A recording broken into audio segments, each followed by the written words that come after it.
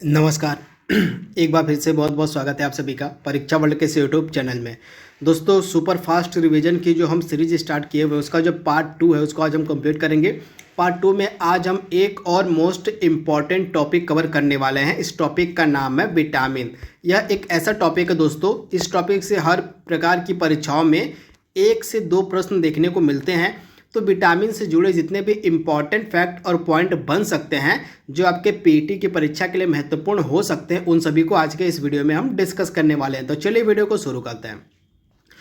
तो सबसे पहले जितने भी विटामिन आइए उनको डिस्कस कर लेते हैं। उनका रासायनिक नाम हम देखेंगे, एक तरफ उनके द्वारा कौन कौन से रोग होते हुए देखेंगे और उनके जो महत्वपूर्ण स्रोत हैं उसको भी हम इस वीडियो में देखेंगे। तो यहाँ पे एक विटामिन एक तरफ है, एक तरफ उनका रासायनिक नाम है, उनसे होने वाला, उनकी कमी से होने वाला रोग है और उन विटामिन का महत्वपूर्ण स्रोत कौन कौन सा उसको हम यहाँ पे देखेंगे। तो सबसे पहले हम बात करेंगे विटामिन सी के बारे में। विटामिन सी का रासायनिक नाम होता है एस्कॉर्बिक एसिड।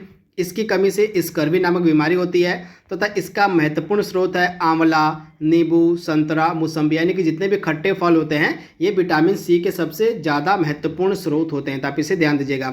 अगला विटामिन आपका विटामिन डी। विटामिन डी का रासायनिक नाम होता है कैल्सीफेरोल। ये रासायनिक नाम कई बार एग्जाम में पूछे आते हैं, तो रासायनिक नाम आपके दिमाग में रटे होने चाहिए। तो विटामिन डी का रासायनिक नाम होता है कैल्सीफेरोल और इसकी कमी से बच्चों में रिकेट्स नामक बीमारी होती है और वयस्कों में ऑस्टियोमलेशिया नामक बीमारी होती है। तो आपको याद रखना है, विटामिन डी की कमी से बच्चों में रिकेट्स नामक बीमारी और वयस्कों में ऑस्टियोमलेशिया नामक बीमारी होती है तथा इसका बहुत अच्छा स्रोत है मछली, यकृत, तेल, दूध, अंडे, सुबह की धूप। ये सभी इंपॉर्टेंट स्रोत हैं आपके विटामिन डी के। तो आप इसे ध्यान दीजिएगा। अगला विटामिन है विटामिन ए।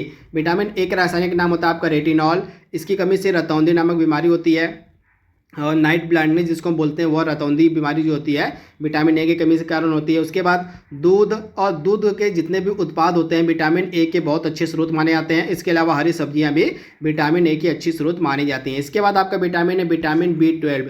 इसका रासायनिक नाम होता है साइनोकोबालमिन। क्या होता है?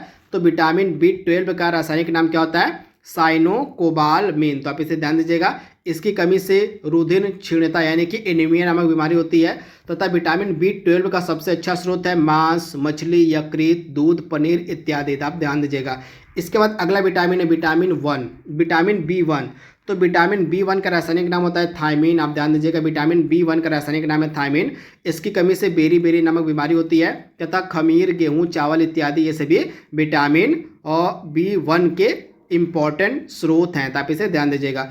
इसके बाद विटामिन के की कमी से मतलब विटामिन के का रासायनिक नाम होता है फिलोक्विनोन। आप ध्यान दीजिएगा, फिलोक्विनोन जो है विटामिन के का रासायनिक नाम होता है तथा विटामिन के की कमी से रुधिर का थक्का न जमना नामक बीमारी होती है, यानी कि विटामिन के की कमी से शरीर में जो है मनुष्य के शरीर में रुधिर का थक्का नहीं जम पाता। तो आप इसे याद रखिएगा। इसके बाद विटामिन के का सबसे अच्छा स्रोत माना जाता है हरे पत्तेदार सब्जियां, ब्रोकोली, अंडा इत्यादि। तो आप इसे ध्यान दीजिएगा। इसके बाद विटामिन ई का रासायनिक नाम होता है टोकोफेरोल।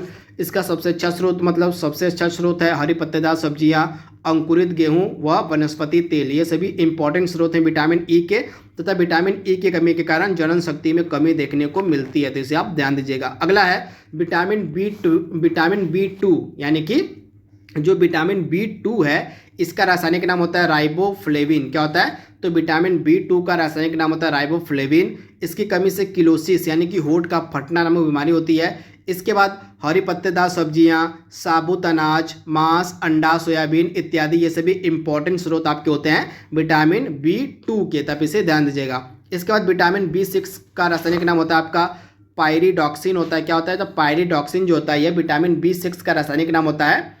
इसकी कमी से चर्म रोग नामक बीमारी होती है। चर्म रोग जो बीमारी होती है विटामिन B6 की कमी के कारण होती है तथा इसका सबसे अच्छा स्रोत होता है मांस, अंडा, हरी सब्जियां, अंकुरित अनाज इत्यादि। ये सभी इंपॉर्टेंट स्रोत होते हैं विटामिन B6 के। तो यहाँ पे जितने भी इंपॉर्टेंट विटामिन आपके बन सकते हैं उनका रासायनिक नाम, उनकी कमी से होने वाले रोग, उनका सबसे अच्छा स्रोत क्या क्या है उसको हमने यहाँ पे डिस्कस कर लिया। डेफिनेटली आपके एग्जाम में यहाँ से प्रश्न देखने को मिल सकता है। अब हम कुछ इंपॉर्टेंट पॉइंट को यहाँ पे डिस्कस करने वाले हैं जो कि विटामिन से जुड़े हुए हैं, जो आपके एग्जाम में यहाँ से भी पूछे जा सकते हैं।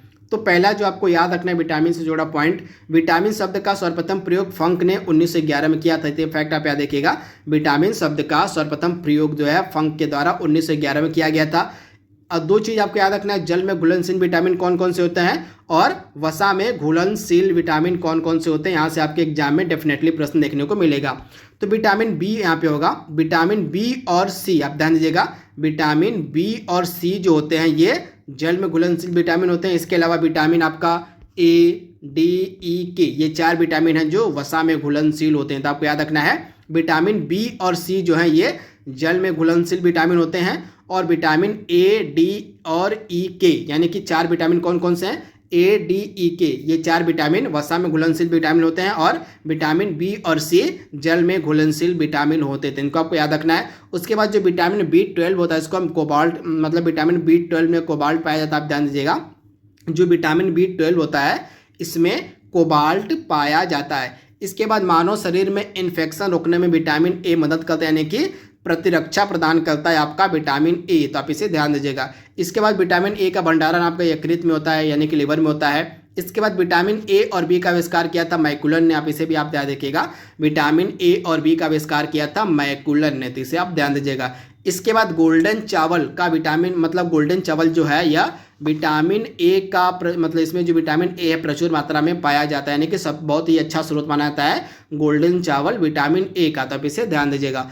इसके बाद विटामिन सी गर्म करने पर नष्ट हो जाता है, ये भी फैक्ट आप याद देखिएगा, विटामिन सी जो होता है ये गर्म करने पर नष्ट हो जाता है। इसके बाद विटामिन डी को हम सनशाइन विटामिन भी कहते हैं, तो आप इसे याद रखिएगा, विटामिन डी को हम सनशाइन विटामिन भी कहते हैं, यानी कि जो सुबह की धूप होती है उससे जो है विटामिन जो डी होता है वह प्राप्त होता है, इस कारण से जो इसको सनशाइन विटामिन भी हम कहते हैं, विटामिन डी को। तो दोस्तों यहाँ पे आज का हमारा जो दूसरा टॉपिक था सुपर फास्ट रिवीजन का विटामिन, उसको हमने बहुत ही कम समय में बहुत अच्छे से रिवाइज कर लिया है। आई होप आपके एग्जाम में यहाँ से 1 से 2 प्रश्न देखने को जरूर मिलेंगे। तो जल्दी मिलेंगे हम एक और इम्पॉर्टेंट टॉपिक के साथ, तब तक के लिए thank you, thanks for watching, thank you.